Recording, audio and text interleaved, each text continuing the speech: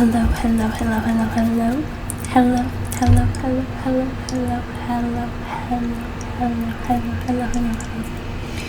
Hello, and welcome to my channel, or welcome back if you are already a subscriber. If you are not yet subscribed, I would love to have you here.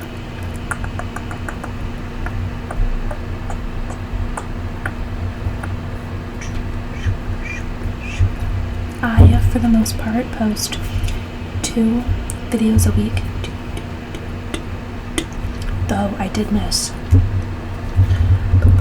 an upload this week due to some life shenanigans.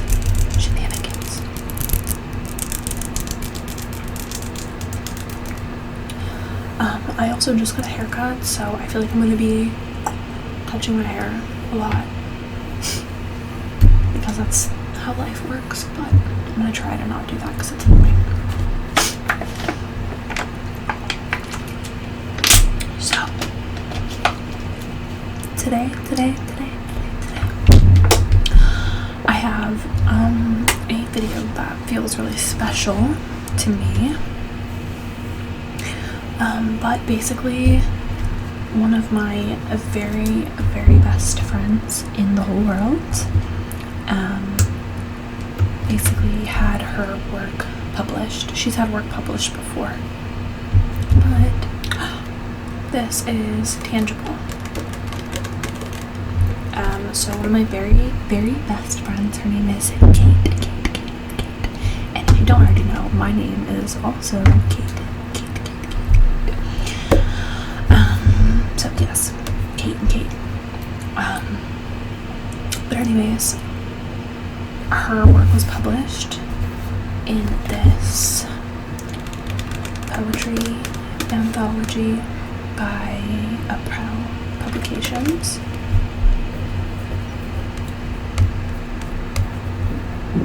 Poetry.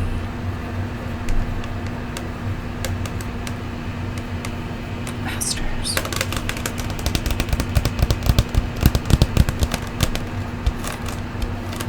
It has like sticky sounds, which I love.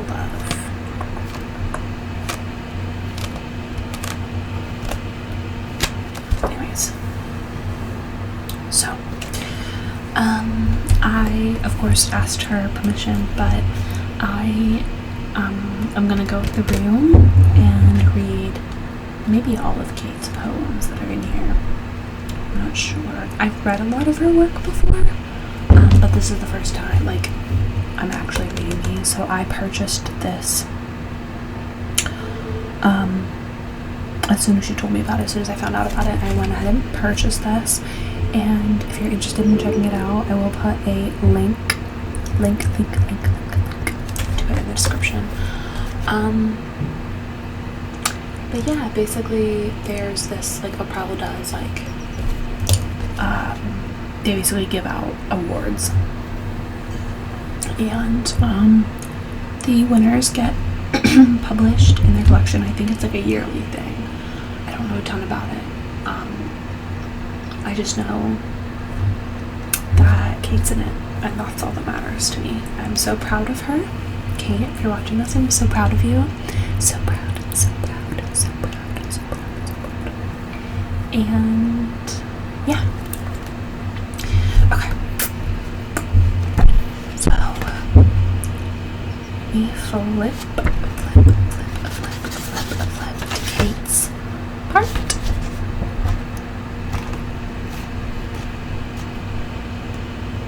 Okay.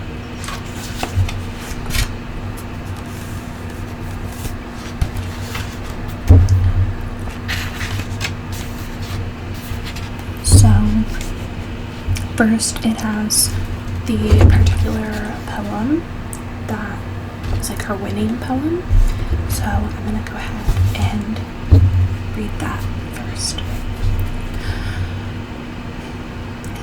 She kept a picture of her grandmother on the mantle she never cleaned, framed and with a bullet hole between the eyes from when she shot it with the pistol, shattering the glass into webs she'd run her fingers against, to remember, blood, earthly thing, reminder of impermanence and fear as means of survival. Anxiety is evolution, telling us to return to the source, womb we never leave, yet always return to. Perpetual cycle. Torrid sun sinking into the pit of my empty stomach. I wake hungry at dawn. Again, it's not enough. Again, I stopped dancing. Again, a dog howls for the moon, and I hear my grandmother's voice, saying she didn't know why she shot it, but there was something that needed to die. In the image, feathers emerged from her grandmother's hair, and her eyes saw the bullet coming. We all have since. And then there's a little bit at the bottom that says, according to conventional science, a female is born with all of the eggs she will ever have. She develops them while inside of the womb of her mother. Thus, we were all once in the womb of our maternal grandmothers. And then in here there's a little picture of Kate and like a little bio, which I'm not gonna read just for like privacy reasons. Obviously, if you purchase the book, you're more than welcome to read it. But okay, next, Aftertaste. There is something in the pines that calls to me, a voice that births itself from amber forest floors, carnal and spilling into the deepest parts of me, telling me to come home to a place I know by an unspoken name where language has no meaning or right to exist, and rife riverbeds emanate dreams of this earth whose spin holds me hostage, captive with the hummingbird heart, and legs too weak to meet the ground or carry the weight of this existence. So I am only a mere observer, suspended in both air and time, fragile and fluttering, waiting to know relief, but peace is only a flicker of a memory coated with the resin of nectar. Next is called On Flight. I flinch at the same scratch in the record every time. For spending eternity bracing for impact, this body knows nothing about defense, applies it to everything. The touch of a hand, the creak of a floorboard, even when it holds a familiar weight in my chest. Chest, chest, I say it as if to escape it. Paper skin and paperweight bones. I can't remember why this started in the first place. I think it was something about permanence or the lack of it, or about white socks with frilly lace tight around my ankles. I asked my mother to take off, but she needed to mark me girl. Soft and open. A front porch step and a kiss on the cheek. In June, all the color runs out, and I am staring at the big sky, braiding trails of planes no longer earthbound, and I wish to soar past light, but I am still learning to become it. Next is called Twofold. I want to be transparent, I thought. As light floods in the room I used to call home. That's the only way to make it real, to take this body and turn it into crystalline water so that you could see me so clearly. You could see yourself reflected back. Perhaps the reason we fall in love is because we want to be seen. Through eyes other than our own, so I still stand for you. But I only look like myself when I'm running away. Like I'm trying to escape this body, like I no longer wish to be bound by these hips, and these collarbones and these breasts, these things that make me feel like something I'm not. I want to be fluid, I tell you, as you pour a cup of coffee. You look at me through the little ribbons of steam, trying to escape the air. I say it again, louder. But language restrains me as it does to everyone who's ever believed in more. A week ago we were lying in the balmy sun, each of our bodies learning the weight of the other. You said we brought each other balance, but I want it on my own. Next is Blood Fruit. This summer I am all heart, no song. Raindrops vibrating a tin roof, the light that lingers, the soft hum of electric current, recurrently resurfacing, always coming up for air. I am a mouth full of a lover's mouth, full of love for me.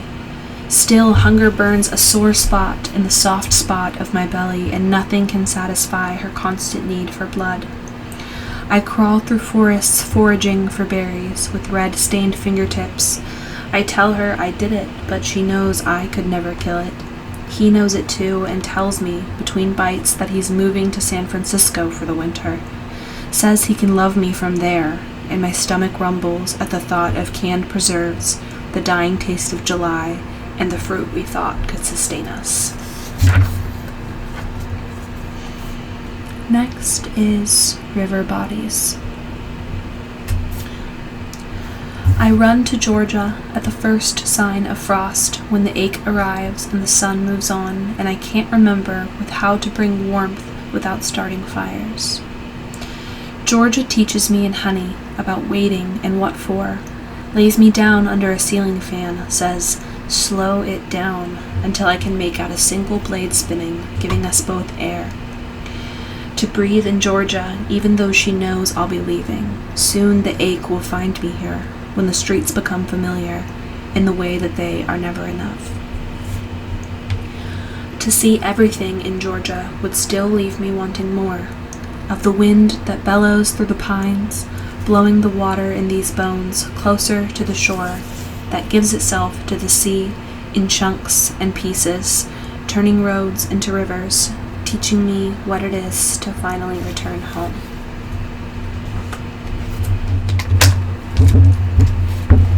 Next is a lament for birds.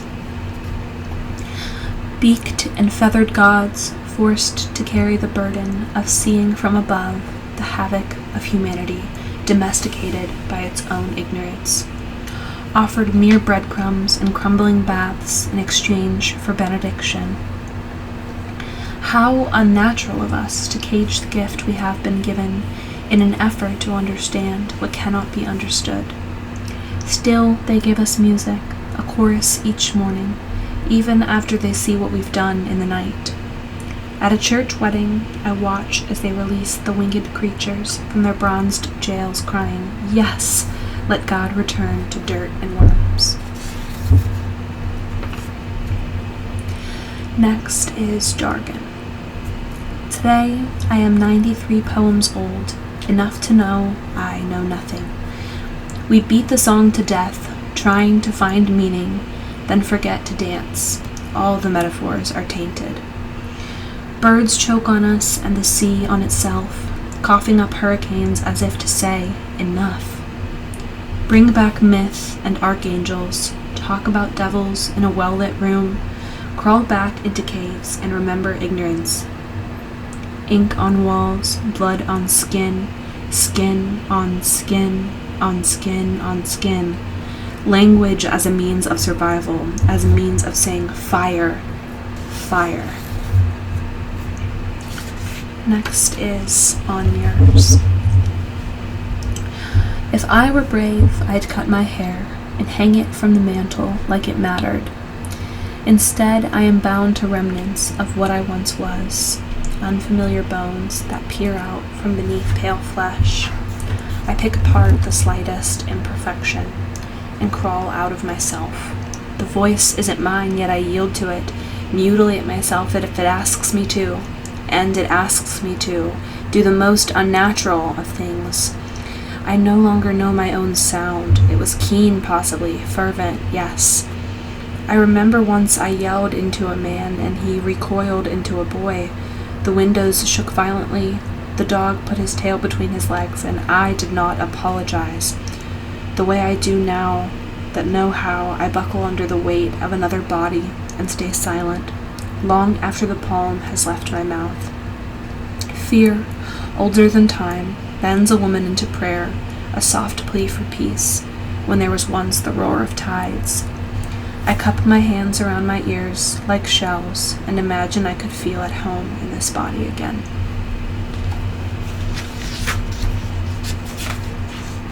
And the final poem is My Body is My Country. Put a hula girl on the dash, bring back the bass. I pledge allegiance to these hip bones, the real history books, bound by memory and rhythm, keepers of the rebellion taking place in this vessel that holds worlds within a pinprick of itself. My mother split in half so I could write this poem, and her mother, and her mother, and her. Before we were taught silence, we were screamed into existence, and for a second, everyone in the room remembered. Each poppy on the hillside is a miracle. The pollen on your cheek is proof. You were here and you danced with 2 left feet, stumbling over yourself, awkward and eager, like a gawky child in a car seat, watching the world at an unnatural speed. We've come so far removed from the fire we left in embers. After the Big Bang and the resurrection, you kissed me on the mouth, and I remembered I was mostly water. Carrying secrets older than time, it's no wonder we've been taught we were something else entirely.